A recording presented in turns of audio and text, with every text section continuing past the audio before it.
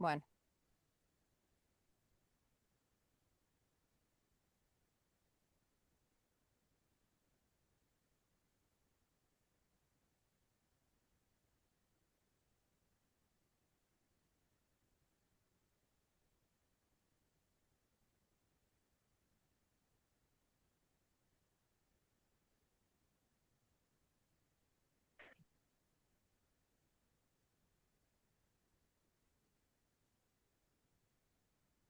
bien. Bueno, buenas tardes a todas y a todos. Es un placer encontrarnos nuevamente en la Feria del Libro, que es este gran encuentro de no solamente de los libros y los lectores, sino también de la cultura y la educación en Jujuy. Y particularmente para mí es una gran alegría poder estar aquí con ustedes junto a dos grandes e importantes autores de nuestra literatura nacional. Andrea Ferrari y Martín Blasco, que nos acompañan de manera virtual desde sus hogares, pero también de manera presencial a través de sus libros, ¿no? De sus publicaciones.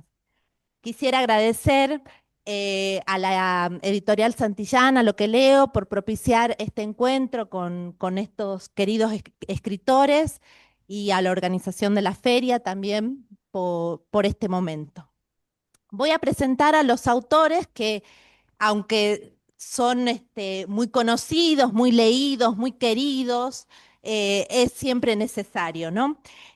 Andrea Ferrari, además de escritora, también es periodista. No solo ha escrito narrativa para los jóvenes y las infancias, sino que también ha publicado novelas para adultos. Tiene una larga obra de textos que fueron traducidos a distintos idiomas y que recibieron importantes reconocimientos como los destacados de Alija o el premio Cuatro Gatos, entre otros. En 2004 recibió el premio Conex a las letras. También es madre, le gusta el color violeta y odia que le cuenten el final de las películas. Es así, Andrea. Sí, sí, eso Martín surge de una Blasco biografía. también es un autor de una extensa obra para niños y jóvenes, pero tiene mucha formación o una formación interesante en música y cine, y creo que eso también se ve en su obra, ¿no? Em, Como Andrea, ha recibido muchos reconocimientos y premios como el Prix Farniente en Bélgica y el Premio Nacional de Literatura Infantil. Eh, Martín también es padre, pero la verdad que no sé cuál es el color que le gustará. No sé si serán los colores oscuros. Y Para la tampoco ropa sé si le negro, gusta que para la ropa le negro. cuenten los finales o no tiene ningún problema con los spoilers. Este, juntos, Martín y Andrea escribieron esta novela, quizás en el tren, novela que fue elegida para integrar la lista White Ravens en 2018. Este reconocimiento, otorgado por la Biblioteca Internacional de la Juventud de Múnich, destaca obras que, como Un cuervo blanco, son distintas y sobresalen entre otras. Bueno, Martín y Andrea, bienvenidos a Jujuy, bienvenidos a esta soleada tarde de agosto y muchas gracias por compartir este encuentro. Bueno, muchas gracias a ustedes. Aprovecho para saludar a todos y todas los presentes o quienes nos estén Andrea, escuchando. ¿te ¿No? escucha? No ¿No te se escucho escucha? ahora, Andrea. Hoy prendo. ¿Ahora? ¿Me escuchan? No, no te ¿Ahora? escuchamos. No sé. Lo tengo Hicimos prendido el pruebas de audio. sonido y esto no sucedió antes. Eh, Martín, eh, ¿podés hablar? Acá estoy. ¿Me escuchan? Tampoco. Yo te escucho. Yo te escucho, Andrés. ¿Cómo andas, Andrés? ¿Todo bien? Todo bien. Hay un personaje de una novela de Andrea que lee los labios, pero yo les juro que no soy ese personaje. Nosotros nos Vamos a ver si lo escuchamos. podemos arreglar en unos minutitos.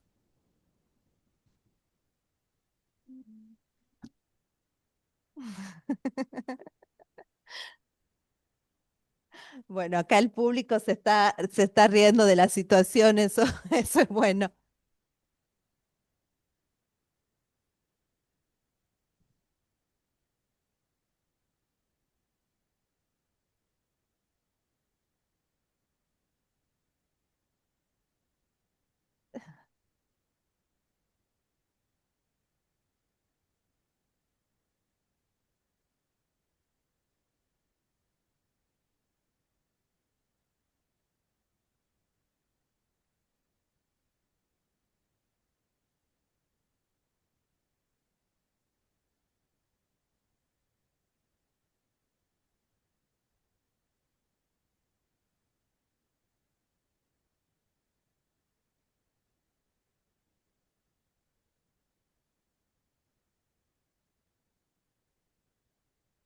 A ver ahora. Ah, no los voy a ver. A ver, ¿ahora me escuchan? No. A ver, Martín. Hola, hola, ¿cómo están? Probando, uno, dos, tres. Probando, probando, probando.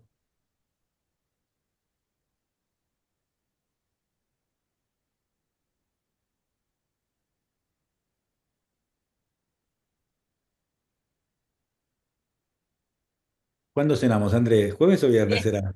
Ahí está. ¿Ahora? Ahora, ahora Hola. sí. Bueno, Sí, bueno, este, bueno, es cuestiones que suceden en la virtualidad. Les pido disculpas, pero lo habíamos probado anteriormente y había funcionado. Bueno, gracias por la espera, gracias por tan amable recepción por parte de ustedes, por acceder a esta conversación. Bueno, Bueno, a ver, ¿ahora nos escuchan? ¿Sí? ahora sí, perfecto. Perfecto. Martín. Entonces yo quisiera saludar a la gente que está ahí, agradecerles la paciencia y la presencia y a quienes, bueno, nos escuchan por el streaming también. Saludarlos a todos y todas. por acá también, saludo, de paso prueban si se me escucha. Y Perfecto. nada, acá estamos. Hola, hola. Muy bien, muy bien. Bueno, muchísimas gracias. Bueno, como habíamos conversado con Martín y Andrea en un mail que tuvimos, yo quería preguntarles por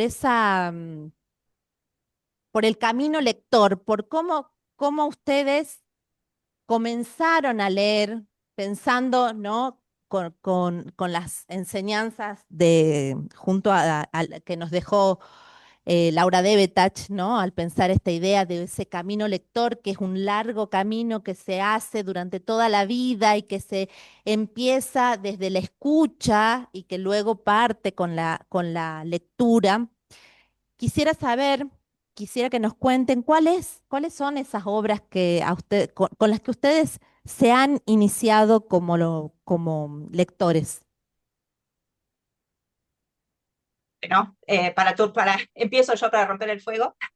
Eh, a mí, o sea, yo siento que toda la vida leí, tuve la suerte de venir de un hogar lector, de una madre muy lectora, escritora también, y lo que me pregunto o me preguntaba cuando leía tu mail era qué es lo que uno registra de todas esas lecturas, porque ha habido tantas, tantas lecturas y de la mitad, o mucho más de la mitad, digamos, uno no recuerda nada. Entonces, me pregunto qué es lo que genera ese impacto. Para mí, la lectura infantil fue, bueno, desordenada, como supongo que le pasa a todos, con una etapa full María Elena Walsh, y luego aventuras, y luego misterios, y Agatha Christie, toda ella, y Sherlock Holmes, y después digo, de todo eso, ¿qué reaparece? Es lo que me pregunto, ¿no? Para mí tuvo mucho que ver con mi comienzo como escritora, justamente la reaparición de la literatura infantil en mi cabeza, porque empecé a escribir para chicos después de que tuve a mi hija.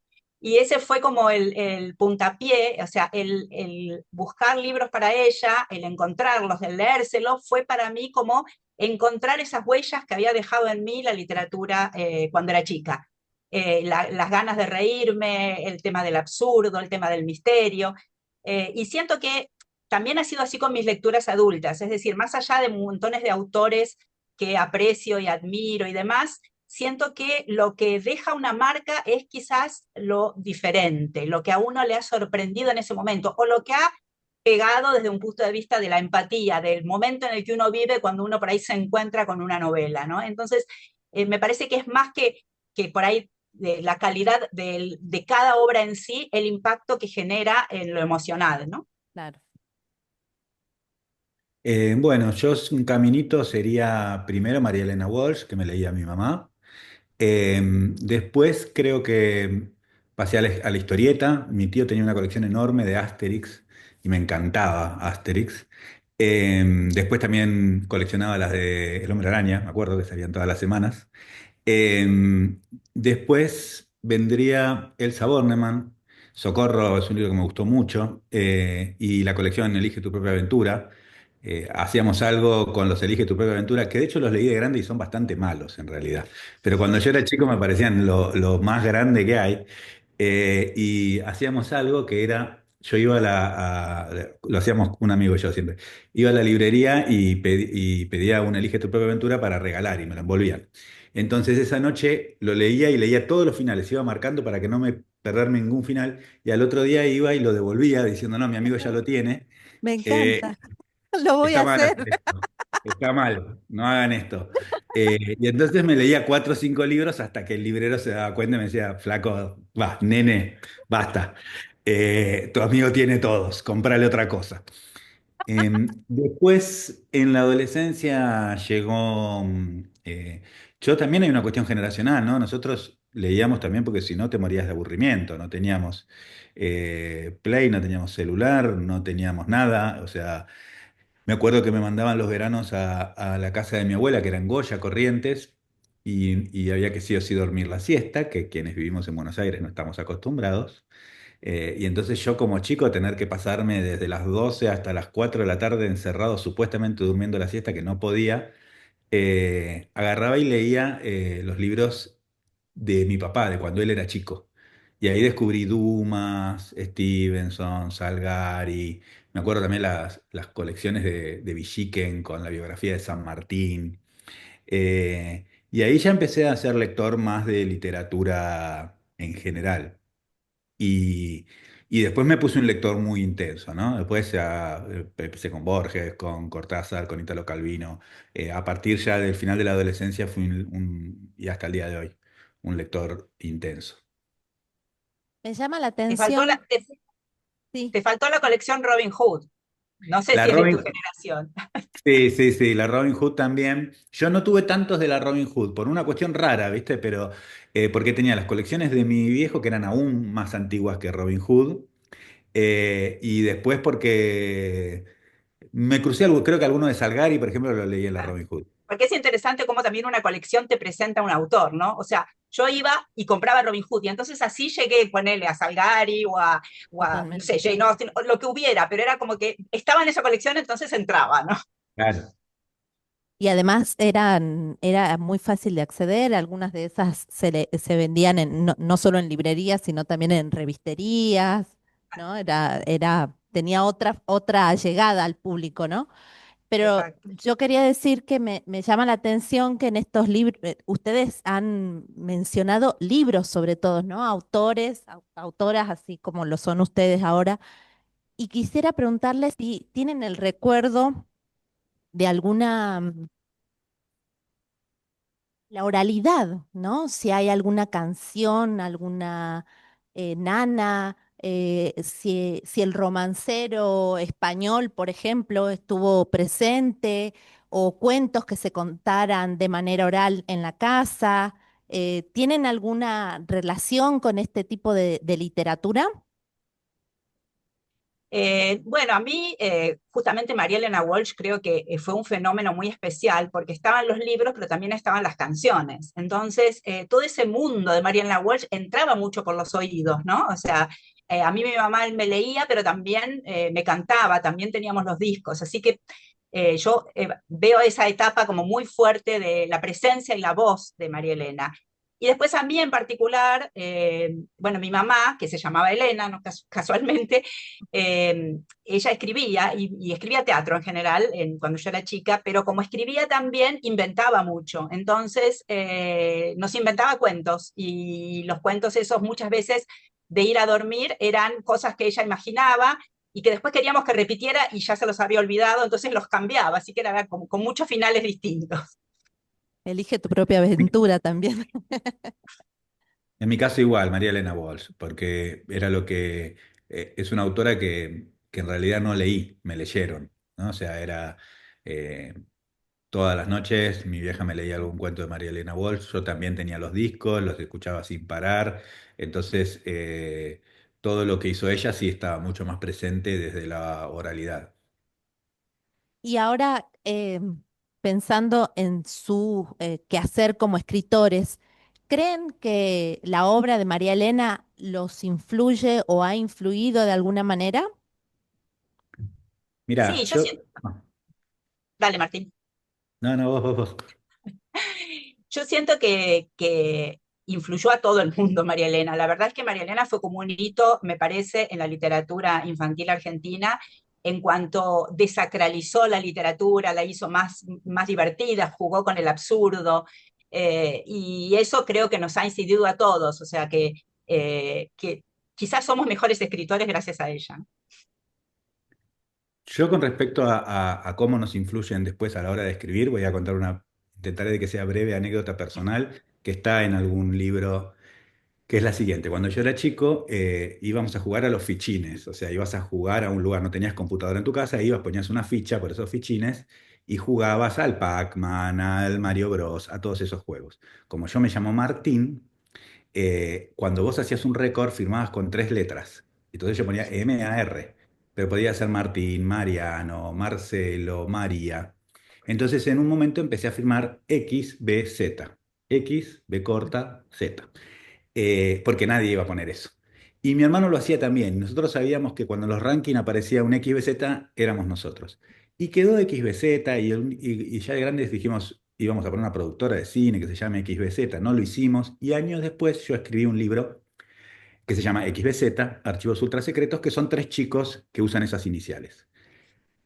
Una vez voy a un colegio a dar una charla y la charla se suspende y entonces había que hacer tiempo y me dejan en la biblioteca del colegio porque ¿qué vas a hacer con un autor mientras tanto? Lo metes en la biblioteca. Entonces me dejan ahí en la biblioteca y yo me pongo a revisar libros y encuentro Socorro del Sabornema y lo empiezo a leer y me doy cuenta que uno de los cuentos se llama XBZ, el niño robot. Ese para mí es un ejemplo. Yo escribí un libro que se llama XBZ sin saber, sin recordar que había un cuento del Saborneman que se llamaba así. Mira, Entonces, estas son para mí las influencias al final las más importantes, las que son inconscientes. claro, La claro, influencia de María Elena Walsh, la influencia para mí, por ejemplo, del Saborneman, no es consciente, no es que yo dije, "Ay, voy a escribir como el Saborneman o quiero hacer algo". Ni siquiera me di cuenta que estaba usando una sigla que cuando yo era chiquito se la había sacado a ella. Cuando tuve que poner el récord y no quería poner mar, elegí XBZ seguramente porque acababa de leer Socorro. claro. Esas son las influencias más importantes al final. Bueno, qué interesante eso, ¿no? Cómo va influyendo el inconsciente también, ¿no? Y el inconsciente colectivo, ¿no? Porque al menos estas dos autoras están presentes en nuestra historia, ¿no? En historia lectora también están presentes y en las de cuantos más, ¿no?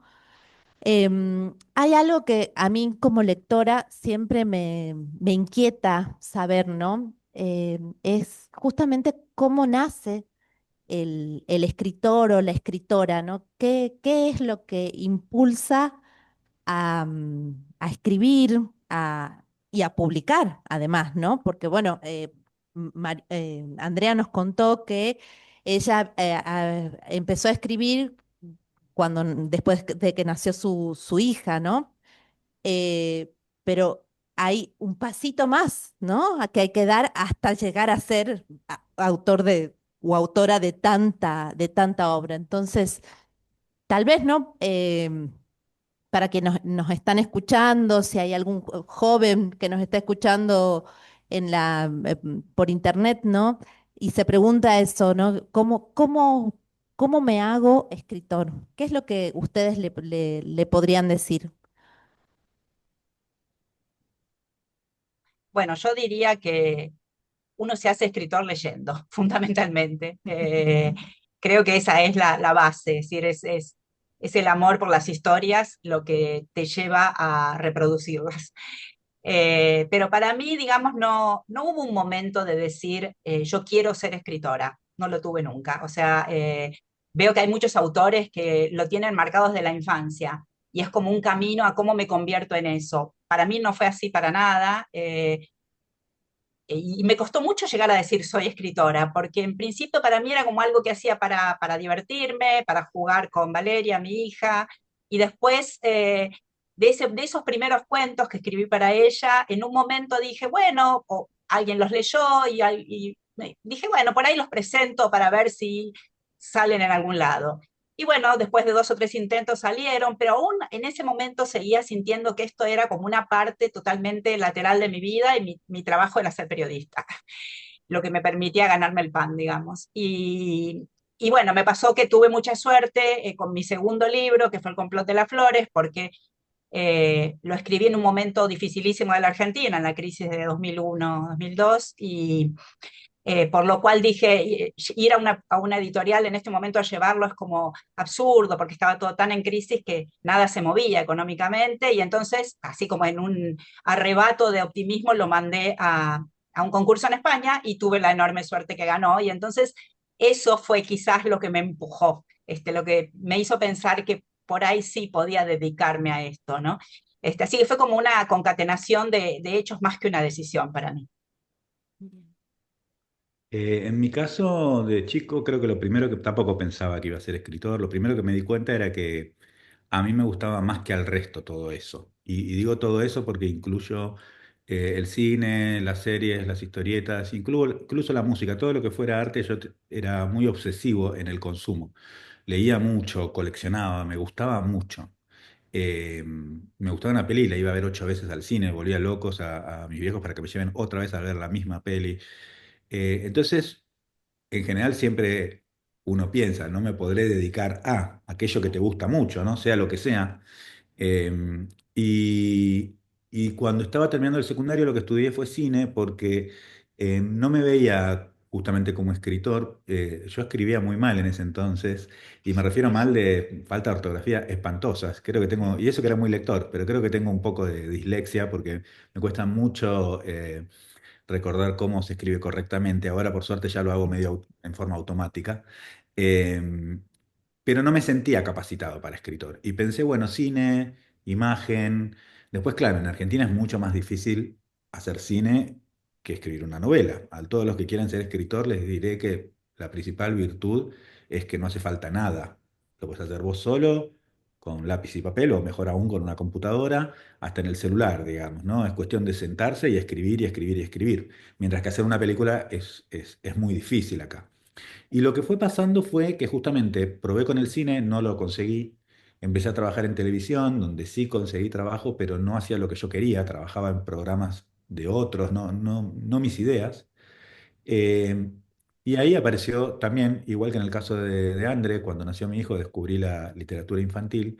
Pero la verdad que yo ya venía probando, podría haber sido, o sea, si me hubiera ido bien, no sé, en el teatro, que mandé obras de teatro y nadie quiso hacer, hoy me dedicaría a eso. Y si me hubiera ido bien en la historieta, hoy me dedicaría a la historieta. Hubo un momento donde era más probar a ver dónde lo que yo hacía podía calzar. Y eso sucedió con la literatura infantil y juvenil.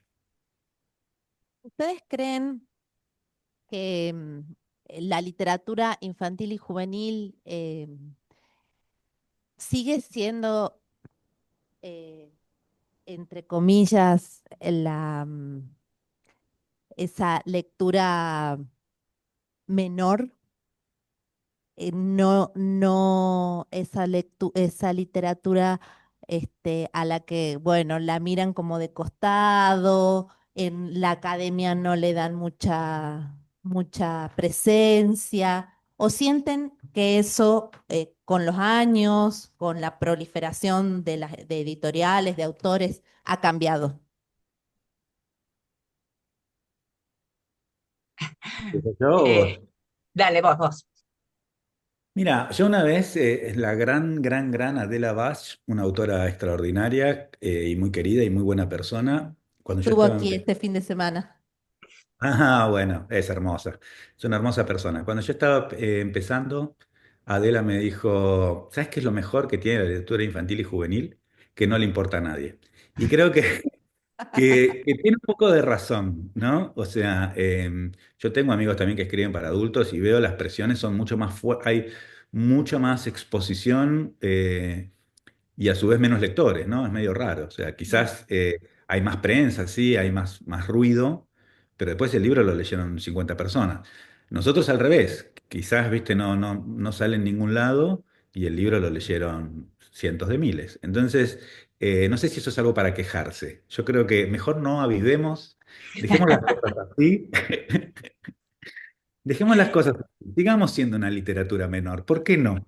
Es algo bueno. Quedémonos como estamos, que estamos bien, y eso nos da también mucha libertad. Fíjense, por ejemplo, ¿no? En mi caso, a mí me gusta cambiar de género. Yo dentro de lo que es la literatura infantil he escrito ciencia ficción, terror, humor, cosas totalmente distintas. Eso mismo en adultos es más complejo, porque el autor tiene que crear un lector y no traicionar a ese lector. Entonces el que hace policiales no puede salirse después con algo, con una comedia, porque es un Ujú. autor de policiales. En la Liga, no, en la Liga a nadie le importa, como a nadie le importa, no hay nadie chequeando qué hace o no hace Martín Blasco. Entonces yo puedo hacer lo que quiera. Y en el fondo yo creo que eso da más libertad. Después sí, me parece que en los últimos años se la empezó a tomar más en cuenta, pero de una manera más o menos. Se dice que se la toma más en cuenta, pero no se la toma más en cuenta. O sea, por ejemplo, Andrueto ganó el Andersen, que es el Nobel Sí, de la literatura infantil. Si un autor de adultos en Argentina hubiera ganado el Nobel, estaríamos colgados del obelisco, sí, sería tapa de todos los totalmente. diarios. Andrueto ganó el Andersen y apenas si salió mencionado por ahí, pero Sí. no tiene la misma repercusión. Vamos a ser sinceros en eso. Ahora, como dijo Adela, quizás no es algo malo. Ujú. Sí, yo coincido con Martín. Creo que eso nos da mucha libertad. Al mismo tiempo hay momentos en el que uno se fastidia un poco porque está como un poco esa idea de que la gente te dice, ay, vos escribiste un librito y escribiste una novelita y después vas a escribir para adultos. Entonces, como si fuese una escalera, ¿no? Como que es el primer paso para algo mejor. Eso fastidia un poco. Eh, es cierto también que hay mucho menos espacio en la academia, mucho menos espacio en los medios, poca reseña, pero al mismo tiempo la circulación es muy grande de la literatura infantil y tenemos que estar agradecidos por eso. Creo que, digamos, ha habido un cambio ya hace muchos años, un cambio muy fuerte con la escuela, ¿no? Sí, Eso, digamos, cuando yo era chica, por decir así, leíamos los autores clásicos. Después, la literatura contemporánea empezó a entrar en la escuela y en este momento tiene una presencia enorme. grande. Los chicos leen muchos títulos, afortunadamente, y eso nos permite a nosotros escribir mucho, circular mucho, de modo que es cierto que, digamos, somos menos prestigiosos, por decir algo, pero lo que a uno le importa es llegar al lector, ¿no? Y bueno, este mundo actual nos da la posibilidad de llegar a un montón de chicos. Claro. Qué interesantes estas reflexiones, ¿no? Me gustaría también que nos compartan cómo fue la experiencia de escribir esta novela, quizás en el tren, una escritura a cuatro manos, bueno, cómo fue pensarla, cómo fue ese momento de escritura compartida, de lecturas y relecturas, me imagino, y qué los llevó a escribir esta novela. Bueno, para empezar voy a decir que fue genial, que fue una experiencia muy linda y que no es fácil. Yo no había escrito con otro autor nunca antes, así que no tenía una experiencia, pero ahora sé que es difícil escribir de a dos, de a tres, es muy difícil, que uno, digamos, como autor, tiene que como aceptar, es como un ejercicio de humildad, diría yo, ¿no? Bajar la omnipotencia, porque la verdad es que creo que todos los autores somos muy controladores de lo que hacemos, ¿no? Que nadie se meta con mi texto. Y escribir con otro es aceptar al otro, aceptar su estilo, sus ideas. Entonces, eso no es nada fácil de hacer. Creo que en el caso de nuestro, el hecho de que ya éramos amigos, el hecho de que tenemos una mirada parecida en muchas cosas, facilitó muchísimo este proceso. Y bueno, ¿cómo fue? La verdad es que no me acuerdo exactamente cómo lo decidimos, pero recuerdo alguna conversación en la que nos charlábamos de ideas que teníamos cada uno y de pronto teníamos como una idea parecida. Y dijimos, ¿por qué no hacerla juntos? Y tenía que ver con dos historias paralelas. Entonces cada uno eligió un personaje y esos personajes avanzan paralelamente y cada tanto se cruzan. Esa es la idea de la novela. Entonces, bueno, yo elegí a Alma, que es una chica de la comunidad china en Buenos Aires, que va a la escuela china y a la argentina, que habla los dos idiomas, o sea, está metida en esa doble cultura.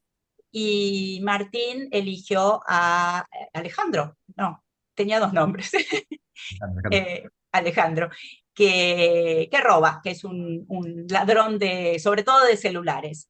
Bueno, no sé si querés contar un poco más vos de cómo fue el proceso. No, fue una experiencia muy linda. Yo sí tengo ya al menos 4 libros en coautoría, siempre con amigos, pero ahora que los otros 3 no están presentes, puedo decir que la de Andrea fue de lejos la mejor experiencia. Acordate que queda Como en di- YouTube esto. igual si están escuchando saben que es verdad. Eh, no, no, fue dentro de todo fácil. Como dice Andrea, siempre es difícil, ¿eh? O sea, siempre es complejo. Pero con ella fue, la verdad que salió rapidísimo, en tiempo, los dos quedamos contentos, ¿viste? No, en general. Es difícil porque la literatura es algo un poco privado, algo que hace uno solo. Entonces hacer con otro es complejo. Y en este caso, como dice André, nosotros éramos primero amigos, de hecho nos hicimos amigos por leer mutuamente los libros. A mí me gustaba lo que escribía ella, por suerte a ella lo que escribía yo. Entonces surgió el escribir algo juntos. Y la experiencia fue bárbara. Sobre todo, ella es millones de veces más rápida que yo. Entonces, si fuera un partido de tenis, yo le tiraba, tic, devolvía, tic, volvía. O sea, ella hacía en la 10ª parte de tiempo la parte suya que yo. Así que por mi culpa tardamos un poco más. Pero Pero dentro de todo salió bien. entonces delinearon primero a los personajes y después se centraron en la historia. Es un Exacto, capítulo, un capítulo, un capítulo, un capítulo. O sea, es una novela a 2 voces, Sí, a dos digamos, con dos voces. protagonistas, y cada uno escribe la suya. Entonces, Pero sí, una vez que teníamos, ustedes antes conversaron esto de pensar un personaje, cada uno pensaba en su personaje y después tomaron la decisión de escribirlo así, un capítulo y un capítulo. cada exacto. O cual sea, tenía.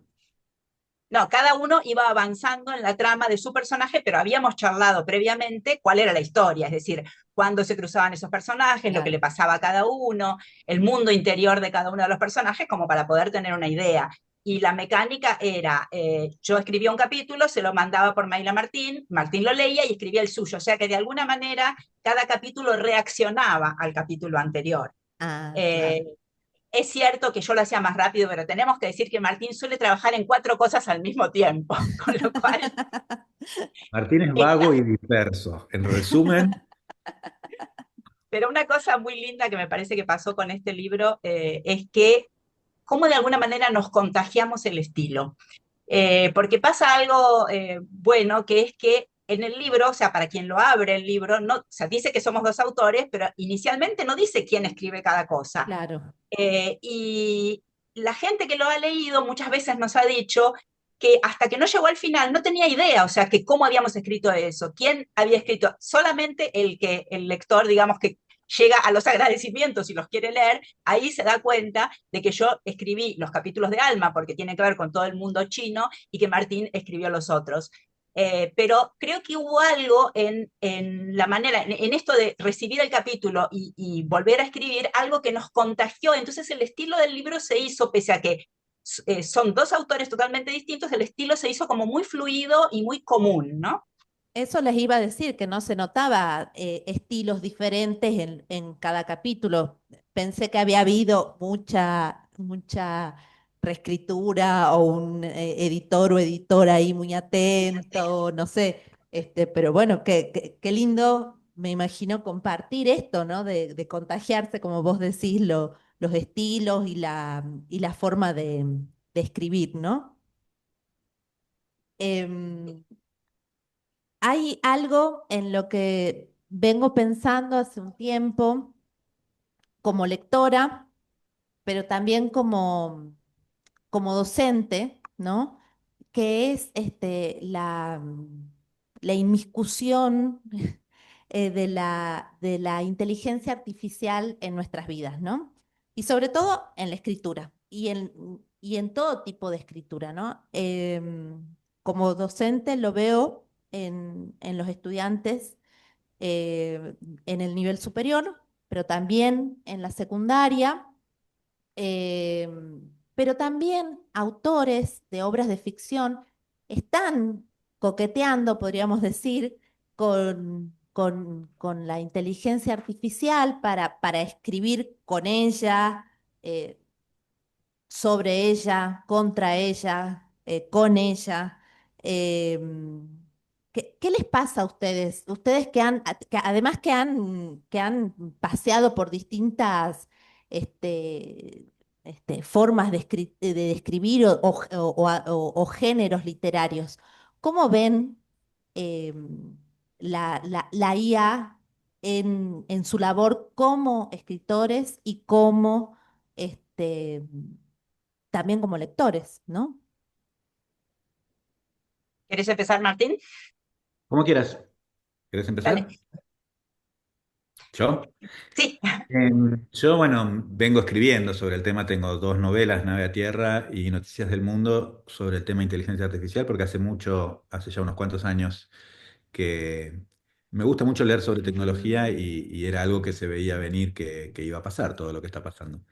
Eh, yo en principio trato de no ser tecnófobo, no tener miedo a la tecnología, pero sí en todo caso marcar cuando hay cosas a tener en cuenta. Me parece que va a ser un cambio importante, va mucho más allá de escribir ahora o no, me parece que estamos ante por lo menos algo como lo que fue la llegada de Internet, la cantidad de posibilidades en todos los terrenos, en la ciencia, en la salud, en la cura de enfermedades, en el conocimiento de lo que somos y de lo que es el espacio. La cantidad de cosas que la inteligencia artificial puede aportar son gigantescas. Casi que lo menos importante es si puede escribir o no una novela. O sea, eso es la nota de color, digamos. Ujú. Eh, Después, no me da tanto miedo, veamos posibilidades, o sea, eh, que ya mucha gente las usa para escribir totalmente. La posibilidad de que el día de mañana eso deje, por ejemplo, sin trabajo a los escritores, no por una cuestión de que al humano le gusta consumir humano. Por ejemplo, en la música hace mucho tiempo que la inteligencia artificial participa, o sea, que puede crear música, y nadie es fan de la computadora X332. La gente es fan de Taylor Swift, de Lali Espósito. ¿Por qué? Por toda la persona que hay Claro, detrás, digamos. Y aún claro. aunque ese artista después use inteligencia artificial, casi preferimos pensar que no.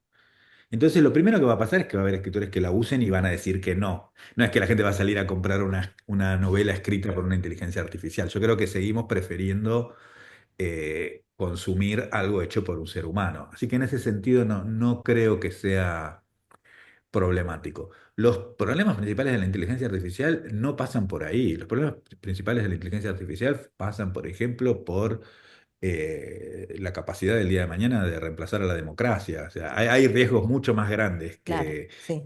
que si van a hacer arte. Eso es lo llamativo. Para mí, bueno, desde lo temático yo también me metí un poco, me interesa el tema. Tengo publicada una novela que es Las amenazas, que un poco habla también de estos cambios. Y desde el punto de vista, o sea, desde el punto de vista del interés que me genera, creo que va a volver a aparecer en mis libros porque es un cambio tan grande, tan fuerte, que, bueno, que nos mueve en los cimientos a todos. Desde el punto de vista de si nos puede reemplazar, yo no soy tan optimista como Martín. Creo que bueno, que esto está cambiando a un nivel tan rápido que es muy difícil de prever. Hoy por hoy me parece que los textos producidos por inteligencia artificial son correctos, pero nada más que eso. O sea, falta originalidad, digamos, falta el toque humano. Incluso a mí me pasa que a veces ya sabemos, por ejemplo, que hay noticias, que, o sea, que los medios usan ya artículos totalmente producidos por inteligencia artificial. Siento que se nota que hay algo como lavado en esos textos, o sea, que no compiten en ese sentido. Pero creo que esto está cambiando tan rápido que puede suceder y que hay lectores poco exigentes que pueden querer leer algo sin saber siquiera quién lo produjo, ¿no? Si fue humano o no fue humano. Eh, Hoy nosotros con Martín y otros dos colegas tenemos un grupito en el que nos charlamos y nos opinamos muchas cosas y muchas veces conversamos sobre títulos, por ejemplo, que eso me parece interesante.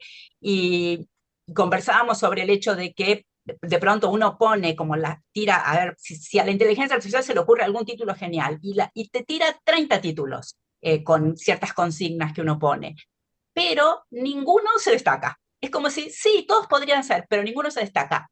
Y siguen siendo, nuestras recomendaciones mutuas siguen siendo más interesantes que las que produce. Pero, insisto, siento que eso puede modificarse muy rápido y que no sabemos qué va a pasar con nada, básicamente.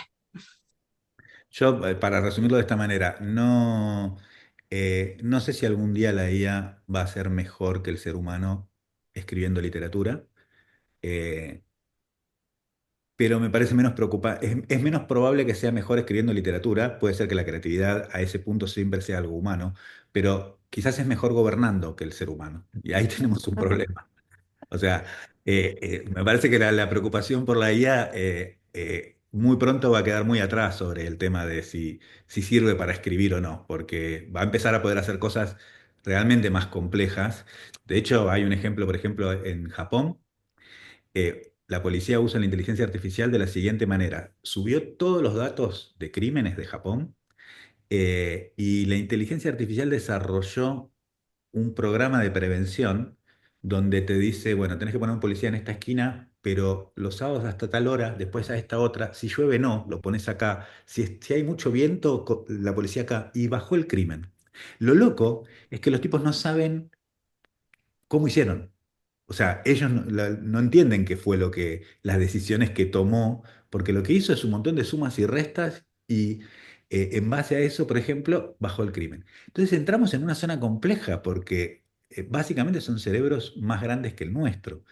Entonces, la posibilidad de que empecemos a dejar cada vez más, otro ejemplo claro son las redes sociales. Antes ustedes entraban a Facebook y veían lo que ustedes habían elegido ver. Ahora lo que ustedes ven en Instagram o en Facebook no lo eligieron ustedes, lo elige un algoritmo por ustedes. E increíblemente, ahora ustedes pasan más tiempo que antes.